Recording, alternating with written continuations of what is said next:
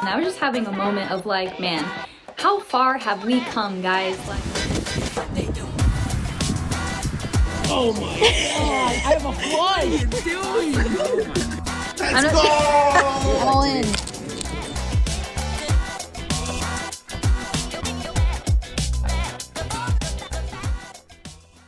So I'm about to go ahead and play a session. I was just having a moment of like, man, how far have we come, guys? Like, I get to wear a Poker Bros patch. Since the start of my journey, I've always wanted to be a sponsored pro. I saw the guys with the patches and I'm like, one day I want to wear a patch. And so here we are, sponsored by the biggest online play money poker app that there is, Poker Bros, and I get to proudly wear their patch. It's one of those milestones that comes along when sometimes I get discouraged, sometimes I don't feel like I'm growing as much as I want to, or things aren't always on the up and up. And even back at Wild Horse Pass, back in my 1-2 grinding days, I would see Card Player magazine on the table and be like, man, one day I want to be in that magazine. And I've been in that magazine. Like, it's just so surreal, it's crazy. I'm so grateful and thankful for the journey, and even more cool than that, I get to share it with you guys. So today, I get to wear my Poker Bros patch and wear it with pride. I'm gonna go play some 2-3 at Lone Butte. Yesterday I was there and had an amazing session, as you guys all saw. So today, hopefully I can build some more padding for the bankroll, because on Tuesday, in just a few days, I'm headed to,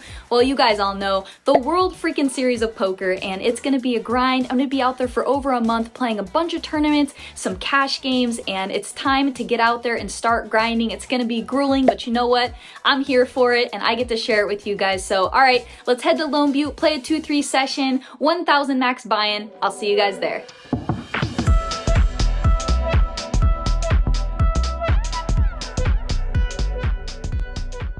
I don't even have my camera set up yet before I'm dealt pocket aces. There's a limp to my right and I'm in middle position and raised to $12. The small blind calls the 12 and the original limper calls, so we're going 3 ways to a flop of 9-6 deuce with 2 spades. They check it over to me, and this is not a range advantage board, but I do have the aggressional advantage and I'm in position, so I decide to put max pressure and hopefully extract value from worse. So I decide to bet $20. Unfortunately, they both fold, but getting dealt pocket aces on my very first hand is hopefully foreshadowing of a really good session ahead. In this hand, there's a straddle on the button to $5. It folds around to me in the cutoff, and I look down at pocket sixes. Because there's a straddle on the button, I'm going to raise a little bit bigger here and try to get him to fold out a lot of his napkin holdings, so I raise to $20. He snap calls, so we're going heads up to a flop of Queen 10-9 with 2 diamonds. On this board with my exact hand, this is going to be a check, so I check and he checks back, so we're headed to a turn card, which is another 9. And here's where I think I make a bit of a mistake. I decided to lead for $15, but in hindsight, I think my hand functions better as a check call and then probably giving up on most rivers, but I did decide to bet and he makes the call, so we're headed to a river, which is another 9. Kind of an interesting card here. I check and he decides to fire for $20. He can definitely have some queens or 10s here the way the hand played, but the curiosity got the best of me and I decided to flick in the call, and he showed Queen Jack. He played that hand pretty well, induced me to make a mistake, and we take the L on this hand. This hand was a fun one to review after the fact. There was a raise under the gun to $10. Next to Act calls, and then a short stack decides to go all in for $45.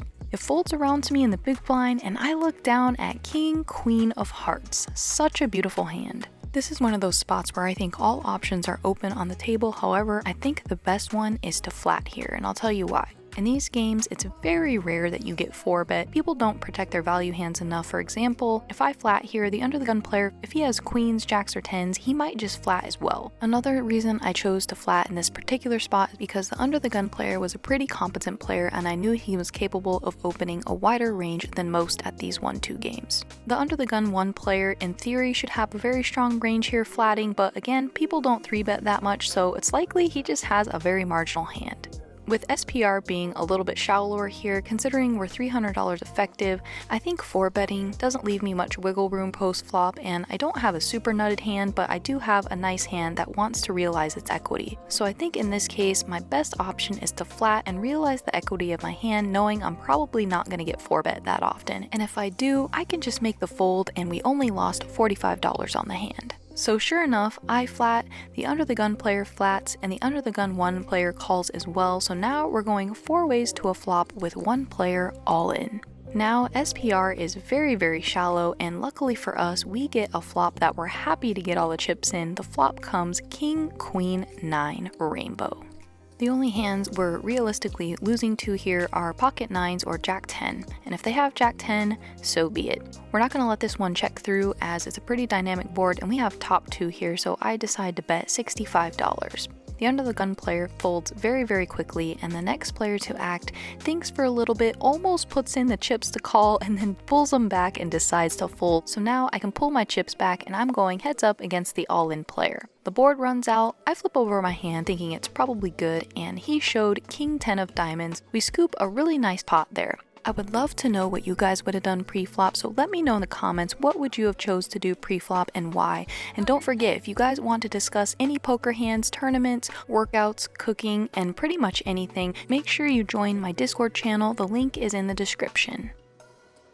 This hand, there's a limp under the gun, and I'm next to act and look down at pocket 9s. I raise it up to $12. The small blind and the limper call, so we're going 3 ways to a flop of Jack 10 8 with 2 clubs. It checks around to me, and this is a board that I'm not going to get many folds on if I try to c-bet. I would have to pick a pretty large size. This is a very wet and dynamic board, and my hand has a decent amount of equity we can improve if we hit a straight, so I decide to check this one back. The turn is an ace. They check it over to me again. I don't think there's much to do here other than check and try to realize the equity of my hand, so we head to a river card, which is another 10. The small blind leads for $15, and now it's on me. I can't beat much here except a bluff, and this particular player I don't think is incentivized to put money in the pot unless she has a decent hand, so I decide to make the fold, and we move on to the next hand.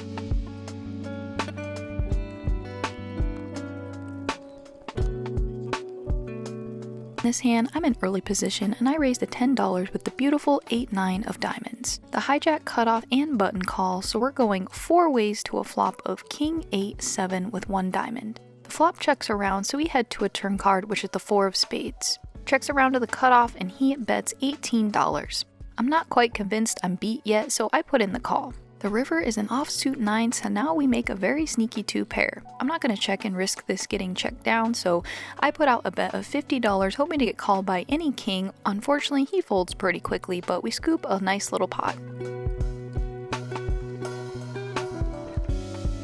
In this hand, the button straddle is on to $5. The small blind folds, big blind raises to 15, folds around to the hijack, and she makes the call, and I look down at the beautiful Jack 10 of clubs, one of my favorite hands, and I decide to flat. The button straddle folds, and we go 3 ways to a flop of King 9 with 2 diamonds. Original razor checks, hijack checks, and now it's on me. My hand being jack high probably isn't good right now. When the original razor checks in these types of games, he probably has a hand that he's scared to bet, especially with the board pairing. Low stakes players get pretty scared of paired boards. Even though we don't have a diamond, we have jack high with a gutter and we have positional advantage. I think it's a good spot to start bluffing, so I put out a bet of $20. The big blind folds and the hijack makes the call, so we head to a turn card. We can probably assume that the hijack's range mostly consists of some small pocket pairs, possibly a 9, and some flush draws.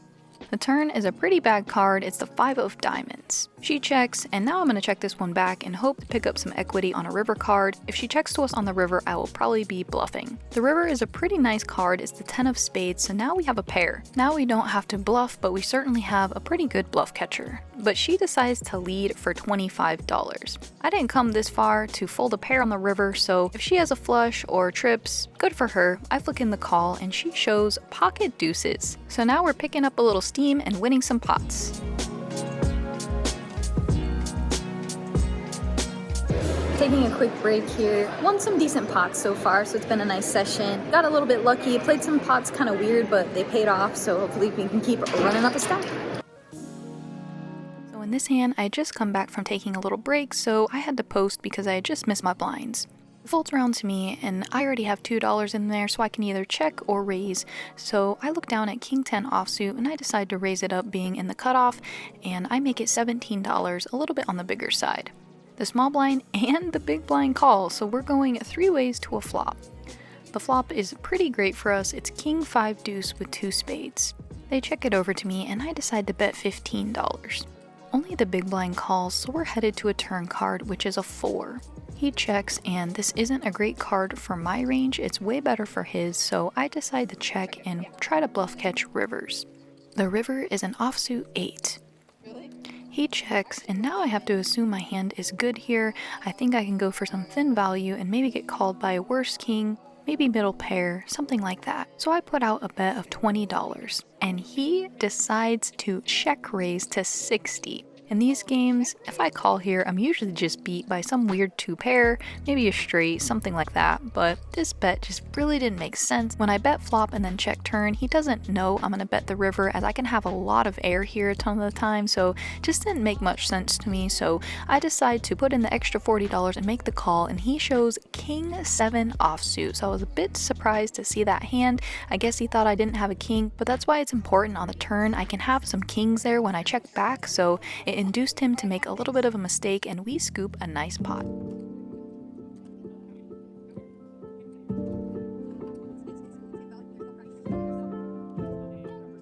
In this hand, an older gentleman raises an early position to $15. I perceived him to be a pretty tight player at the time, but I later learned that I completely profiled this player wrong. He was raising with suited connectors and hands I wouldn't normally expect, especially in these 1-2 games, so I didn't really have this information before I played this hand. It folds to me, and I look down at ace-3 of hearts on the button. This hand can go either way, but it plays really well as a call. I would consider 3-betting more if I had like ace-5 of hearts, but ace-3 is a nice one to peel here in position. The big blind calls as well, so we go 3 ways to a flop of queen 6-7 with 2 hearts. Not a bad flop for our hand. It checks over to the original raiser, and he bets $15. Once again, my hand can go either way, but mostly it's played as a call. I can sometimes 3-bet, but again, I would prefer to have like ace-5 of hearts here because I can also back into some straights. I make the call and the big blind makes the call, so we're headed to a turn card. The turn is the 10 of diamonds. It checks over to the original raiser, and now he bets $45. I'm definitely not going to do anything here except make the call. He's telling us he has a very strong hand by betting 2 streets into multiple players, so if he has a hand like kings, maybe even a set of queens, if we hit our heart, I definitely think we can still get all of his chips. So I make the call, the big blind folds, and now we're headed to the river, which is a very interesting card. It's the ace of spades. So now we make top pair.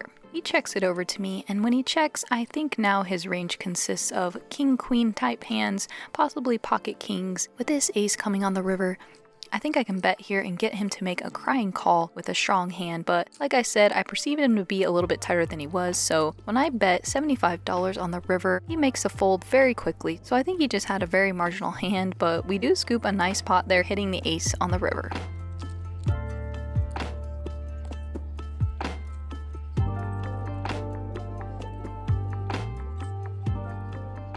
In this hand, there's a limp under the gun, and it folds all the way around to me, and I have the beautiful ace-jack of spades on the button. I raise to $15, the blinds fold, and the under the gun limper makes the call, so we're going heads up to a flop. The flop is king 5 deuce with 2 clubs. We absolutely whiff this flop. He checks it over to us, and I'm gonna down bet this board and bet $10 as I would do with most of my range. He makes the call, and I'm planning to size up on any turn card. When he limp calls a raise under the gun and calls my small bet on the flop, he can still show up to the turn pretty wide, and I'm planning to size up on any turn card and start polarizing and try to win this hand. The turn is an offsuit 8, he checks it over, and I bet $30. He makes the call yet again, so now I've got to think he has a pretty strong holding, but we're probably not going to win this pot with ace high. The river is a 4, and if he checks to us, I'm planning on jamming because he has a little less than 100 left, and like I said, we can't win if we don't bluff, but luckily for us, our opponent bets for us, and he jams all in on this river card out of position into us, and I just have nothing else to do here but make the folds. We lose about $55 on this hand, but at least we save some money on the river from what I perceive to be a pretty strong hand since he went all in. I just gotta stop and say really quick that this is one of the funnest sessions I'd played in a long time. It was so funny how I mentioned that I started grinding out at Wild Horse Pass, playing 1-2 spread limit with my friends Stephanie and Andrew. We would show up almost every day to play together, talk hands, text each other throughout the session, and try to get better. And here we are, almost 5 years later, playing at the same 1-2 table at our home casino when we all mostly play higher stakes nowadays, and Andrew has had a very successful poker career where he's now playing in very big games. He's even been on the Hustler livestream. And in 2020, my friend Stephanie final tabled the bracelet event and finished top 3 most cashes at the World Series of Poker for females in 2020. My friends are absolutely crushing it and killing it, so we had a great time here sitting at this 1-2 table. It was a time that I'll really cherish because we look back on these moments and realize how far that we've come. So in this hand, I play a hand against Andrew, one of the most studied players I personally know, and I really respect his game. In this hand, I look down at the beautiful ace-queen of hearts under the gun, and I raised to $10. Andrew calls in the low jack, the hijack also calls, so we're going 3 ways to a flop of ace, queen, 8. We flop gin, top 2 pair. I bet $10 as I would with most of my range on this board. We have major range advantage here. Only Andrew makes the calls, so we're headed 2 ways to a turn card. As if this hand couldn't get any better for us, we turn the nut full house with the ace of clubs. I have this board and this hand absolutely locked up as there's virtually nothing I can lose to. I know a little bit about Andrew's game and I respect his play a lot, that I know if I check to him, he's gonna start bluffing with a lot of his hands, and if he has an ace, he's gonna bet. If he somehow shows up with a backdoor flush draw, he's gonna start barreling as well. He's not afraid to bluff, so I check it over to him, hoping he'll start putting money in the pot, and indeed he does with a bet of $20. Nothing to do here except make the call. I don't want to force his bluffs out, and if he is semi-bluffing, I want him to get there on the river, so we head to a river card, which is the 5 of clubs. So now the backdoor flush does come in. In these spots in the past, I would just bet here, but I have to think about my opponent's range, and if he's bluffing, he's going to continue to do so. If he has a value hand like a worse ace than me, he's going to bet as well, and if he backed up into a flush or somehow has pocket 8s for a worse full house, pocket queens, or pocket 5s, or if he has ace 5, he's gonna continue betting. So I check the stone nuts over to him, and I'm relieved to see him put out a bet of $55. Here's where I think I make a bit of a mistake. We're obviously raising, but in hindsight, I think I could have gone much bigger or even polarized and jammed the river here. If he has an ace, he's probably gonna make a crying call. If he has a worse full house, he's snapping us off, and if he has a flush, he's certainly gonna have to think about it. So I decided on a raise size of $150, knowing he's a very competent player and he can also get away from a lot of hands. So I raise to $150, and here's what happened. Oh my god, I have a flush! I knew you had it. I have a flush! What are you doing? Oh my goodness. No, that's actually really well played. Nice hand. Thanks, Andrew. That means a lot coming from you. And I'm not being sarcastic. It was a big compliment coming from Andrew, telling me that I played the hand well, and I honestly was very proud of myself for playing the hand this way. Overall, a very fun hand. Andrew took it like a champ, and we ended up scooping a very, very nice pot.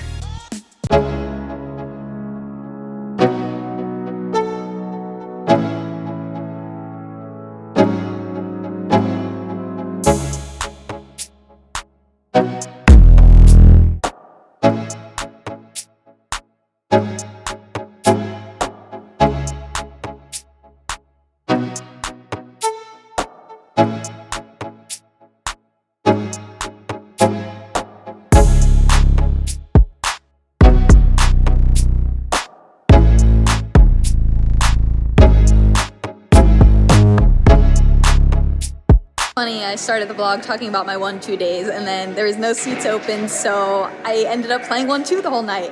In for 300, out for... Let's go! Oh, and he didn't even get to be on the vlog, but he really wanted to, so congrats. Now he's on the vlog. So we were in for 3. We cashed out with like $650 something, I think, for a nice profit here. So 2 days in a row, we made almost $1,000 in 2 days. So can't ask for much more than that, especially playing 1-2. So mission accomplished, goal accomplished, heading to Vegas with a little more money in our pocket. That's a decent amount of tournament buy-ins there for us.